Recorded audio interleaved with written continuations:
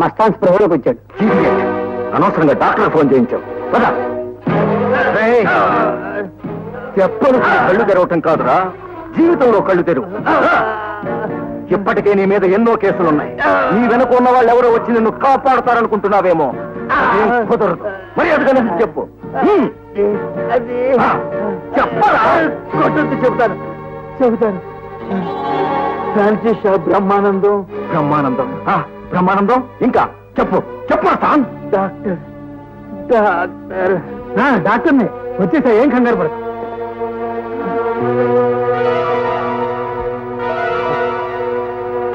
కొంచెం చేయి పట్టుకోండి. ఇతని పేరు మస్తాన్. మిస్టర్ మస్తాన్. మస్తాన్ మస్తాన్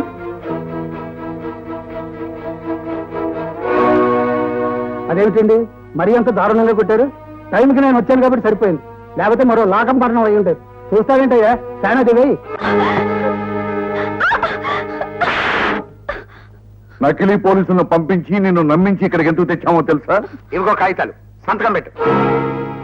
ఏమి రాస్తుంది? రఘురావుని నువ్వే చంపినట్టు నువ్వు ఇచ్చే స్టేట్మెంట్. ఈ స్టేట్మెంట్ ద్వారా నీకు కోర్టులో శిక్ష పడుతుంది. మేము తప్పించుకుపోతాం. సంతకం పెట్టకపోతే పారిపోయిన ఖైదీ ఊరు బయట పాత బంగ్లాలో ఉరిపోసుకు చచ్చిపోతుంది. ఈ కేసు ఫైలు మూతపడుతుంది.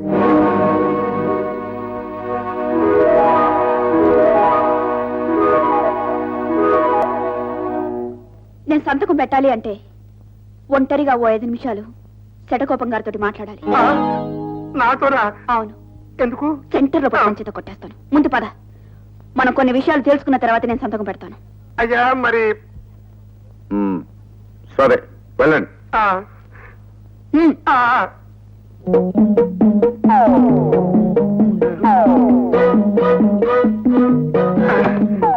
ఏమిటి మనం తేల్చుకోవాల్సిన విషయం? చెప్తాను. వీడి ఉందా? లేదు. సంఖ్యపులైనా ఉందా?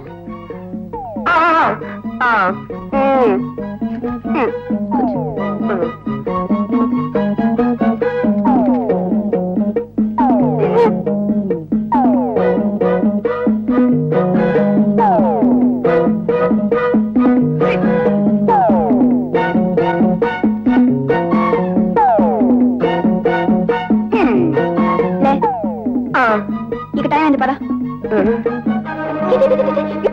ఇప్పుడే సంతకం పెట్టేస్తాను. ఆగు. ఏం తెలుసుకున్నారు? అది మీకు అనవసరం. ఇవ్వండి. ఆగు. నువ్వు సంతకం పెట్టక్కర్లేదు. అదేమిటండి? ఇప్పుడే కదన్నారు సంతకం పెట్టమని. ఇచ్చేయండి. ఇప్పుడే. ముందు మీరు ఏం మాట్లాడుకున్నారో నాకు తెలియాలి. ఆయన్ని అడగండి. ఏం మాట్లాడుకునేదండి? అబద్ధం అడగు. ఏ విషయం మాట్లాడుకున్నా 5 నిమిషాలు గదిలో ఏం చేశా? ఏం లేదండి. అగ్గిపుల్లు అడిగింది, ఇచ్చాను.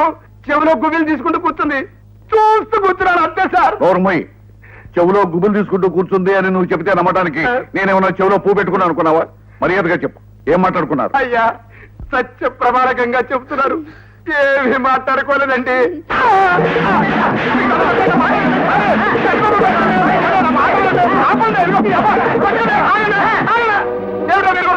ఎప్పుడు మై గారిని మీ భుజమే చేసేవాళ్ళు, వాళ్ళు చెంపమే చేశారు. తప్పు చేయించే మై గారు కొట్టరుగా, అందుకే కొడుతున్నాం. అయిపోయింది, వెళ్ళి పెట్టుకుంటారా? పట్టుకోండి.